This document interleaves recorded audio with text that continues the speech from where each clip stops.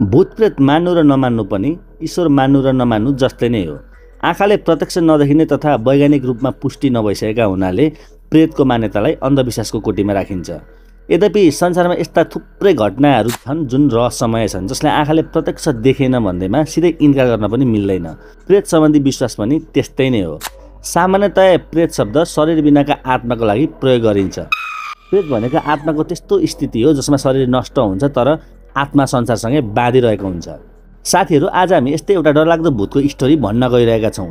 कमजोर मुटु हुनेहरूले यो भिडियो नहेर्नु होला। साथै भूत भनेको के हो त? के भूत हुन्छ त? मान्छे मरेपछि के हुन्छ त? भिडियोको अन्त्यमा हामी त्यो बारेमा पनि जान्ने कोसिस गर्नेछौँ। भिडियो अन्तिमसम्म स्किप नगरी पुरा हेरिदिनु होला। भिडियो सुरु गर्नुभन्दा पहिले हाम्रो युट्युब च्यानल रस टिभी नेपाल 2.0 लाई सब्स्क्राइब गरिदिनु होला र बेल आइकनमा क्लिक गर्न पनि नभुल्नु होला।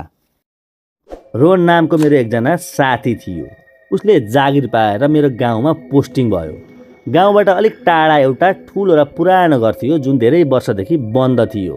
रोहनले त्यो घर भाडामा लिएर बस्न थाल्यो र आफ्नो काम गर्न थाल्यो। केही समयपछि केही यस्तो घटना भयो। एक रात जब ऊ सुतिरहेको थियो, उसले अनौठो खालको आवाज सुनियो जुन जनावरका आवाज जस्तै थियो। सुरुमा रोहनले त्यो आवाज खासै ध्यान दिएन, तर भोलिपल्ट पनि उसले फेरि त्यही आवाज सुन्न थाल्यो। त्यसपछि उसले सोच्न थाल्यो कि यो घरमा कुनै भूत छ जसले उसलाई डराउन खोजिरहेको छ।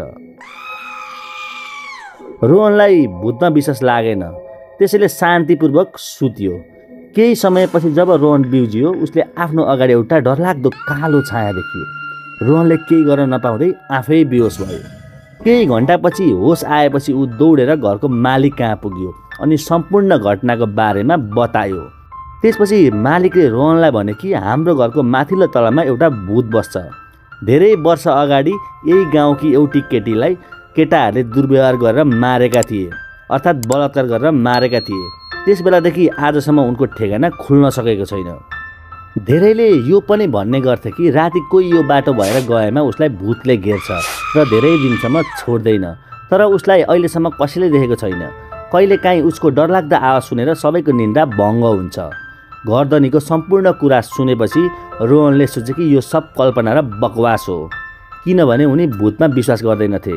त्यसैले त्यहाँबाट चुपचाप आफ्नो घरतिर लागे। केही दिनपछि राति 11 बजे रोहन खाना खाएर घरभित्र हिँड्दै थिए। हिँड्दा हिँड्दै चारैतिर अँध्यारो र पुरै शान्त वातावरण भएको देखे। त्यसपछि उनको आँखा घरको पर्खालतिर गयो।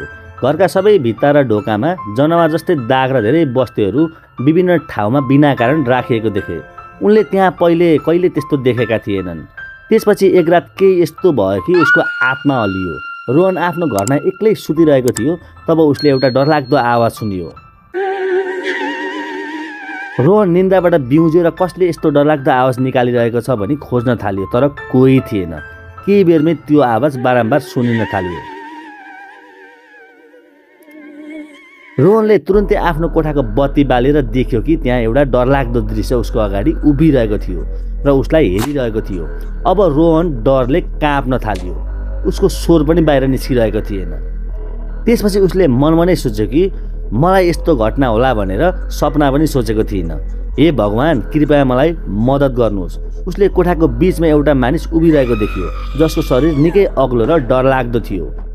उसको कपाल सेतो दुधको लहरा जस्तै थियो र उसका दुवै आँखा रगतले भिजेका थिए। भूतलाई अचानक डरलाग्दो रूपमा आफ्नो अगाडि देखेर उसको अवस्था खराब भयो। रोहनले आफ्नो जीवनमा यस्तो भयानक र डरलाग्दो भूत कहिले देखेको थिएन र जसोतसो रोहन त्यो घरबाट भागियो। घरबाट बाहिर निस्केपछि उसले बारम्बार यता र उता फर्केर हेऱ्यो, तर कोही पनि थिएन। तर केही समयपछि फेरि सोच्न थाले, यो मेरो भ्रम पो हो कि? अनि उनको दिमागमा भूत र अचम्मका कुराहरू आउन थाले। सत्यता जान्नको लागि उनले फेरि त्यो कोठामा जाने निर्णय गरे, तर यसपटक उनले आफ्नो साथीलाई पनि साथमै लिएर गए। दुवैजना फेरि त्यही घरमा पुगेर कोठाको बत्ती निभाए।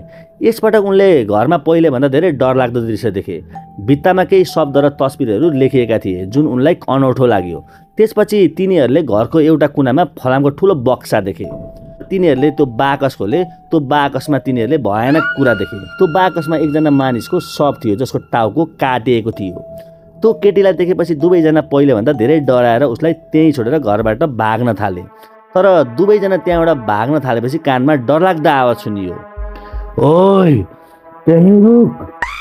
रोहन र रोहनका साथीहरू त्यहाँ रोकिएर फर्केर हेरे, तर त्यहाँ कोही पनि देखेनन्। आवाज मात्र सुनिन्थ्यो।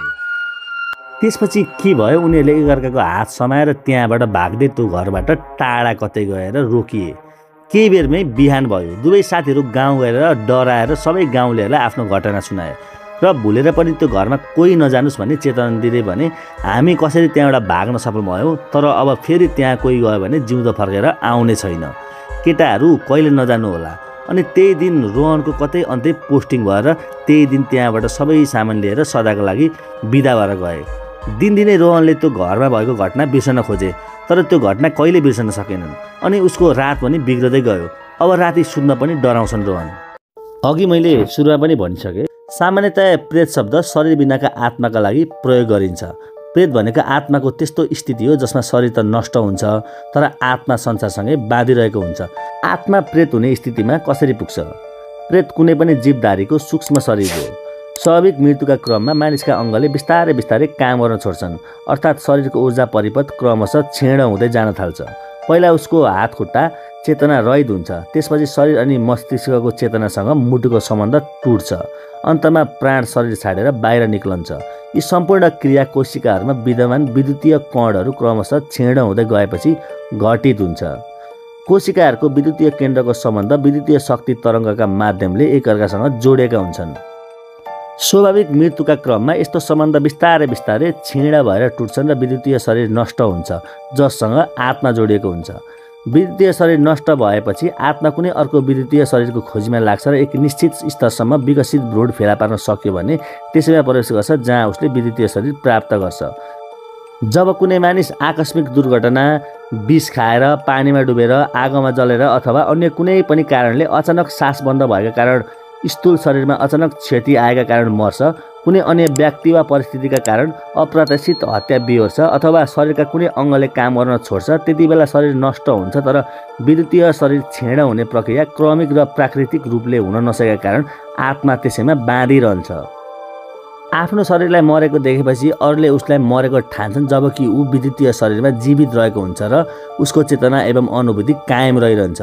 उसमा तृष्णा, कामना, इच्छा आदि पनि रहिरहन्छ, तर क्रियाका लागि शरीर हुँदैन। शरीरको क्रिया समाप्त भएपछि विद्युतीय केन्द्रहरूमा सञ्चित विद्युत क्षीण हुने प्रक्रिया साह्रै कम हुन्छ र ऊ त्यही विद्युतीय स्थितिमा जीवित रहन्छ। यसकारण के स्पष्ट हुन्छ भने त्यही विद्युतीय शरीर नै प्रेत अर्थात् प्रेतात्मा हो। उसको मुक्ति विद्युतीय शरीर क्षीण हुने प्रक्रियामाथि निर्भर हुन्छ। कतिपय अवस्थामा यस्तो विद्युतीय शरीर हजारौँ वर्षमा मात्र क्षीण हुन्छ। यस्तो स्थिति उक्त जीवनको लागि निकै कष्टदायक हुन्छ। उसले चाहेर पनि केही गर्न सक्दैन, तसर्थ हरेक समय छटपटाइरहन्छ र आफै असन्तुष्ट एवं कष्टपूर्ण स्थितिमा भएकाले तथा कामना अधुरो रहेकाले उसले अरूलाई पनि कष्ट दिन्छ र कामना पूरा गर्ने प्रयत्न गर्छ। यसबाट के बुझ्न सकिन्छ भने आकस्मिक मृत्यु पाएका पितृ यसकारण असन्तुष्ट हुन्छन् कि उनीहरूले आफ्नो जीवन देखिरहेका हुन्छन्, तर उनीहरूका लागि वा उनीहरूको मुक्तिका लागि केही पनि गरिरहेका हुँदैनौँ हामी। यस्तो अवस्था बुझेका मानिसहरू उनीहरूको मुक्तिका लागि प्रयास गर्छन्। देवी देवता, सिद्ध, तान्त्रिक तथा मन्त्र तथा स्पर्शबाट तिनका विद्युतीय शरीर तीव्र गतिमा क्षीण हुन्छ। त्यति बेला यिनीहरूलाई स्थूल शरीर छोड्ने बेलामा जत्तिकै कष्ट हुन्छ र उनीहरू त्यस कुरा तथा चिजबिजबाट टाढा भाग्छन्। यी सबै विद्युतीय तरङ्गका क्रिया हुन्। प्रकृतिका कुनै विशेष वृक्ष, वनस्पति, स्थान आदि त्यस्ता हुन्छन् जसमा बस्दा विद्युतीय शरीरलाई शान्ति प्राप्त हुन्छ। त्यसैले यिनीहरू यस्ता ठाउँमा बस्न रुचाउँछन्। साथीहरू, तपाईँलाई भिडियो कस्तो लाग्यो? कमेन्ट बक्समा गई प्रतिक्रिया दिनुहोला। हाम्रो भिडियो मन पर्यो भने लाइक, सेयर गरिदिनु होला।